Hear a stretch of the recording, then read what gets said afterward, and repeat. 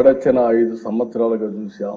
ఇదే కుర్చీలో అంత మునుపు 14 సంవత్సరాలు కూర్చున్నాం. అదే అపోజిషన్ కుర్చీలో కూర్చున్నాను. ఆ రోజులు ఇప్పుడు కూడా గుర్తొస్తాయి. ఒక్క రోజు కూడా అసెంబ్లీ సుజావుగా జరగడం గాని, బూతులు లేకుండా అసెంబ్లీ జరిపిన సంఘటనలు లేవు. సరే, అందరి మారిగా నాకు కూడా అవమానాలు జరిగాయి. అవన్నీ నేను ఇప్పుడు పోవడం లేదు. కానీ ఆ రోజు కూడా ఒక మాట చెప్పాను. ఇది గౌరవ సభ కాబట్టి ఈ సభలో నేను ఉండలేను. మళ్ళీ ప్రజాక్షేత్రంలో గెలిచి గౌరవ సభగా చేసిన తర్వాతనే ఆ సభలో అడుగు పెడతానని వచ్చాను.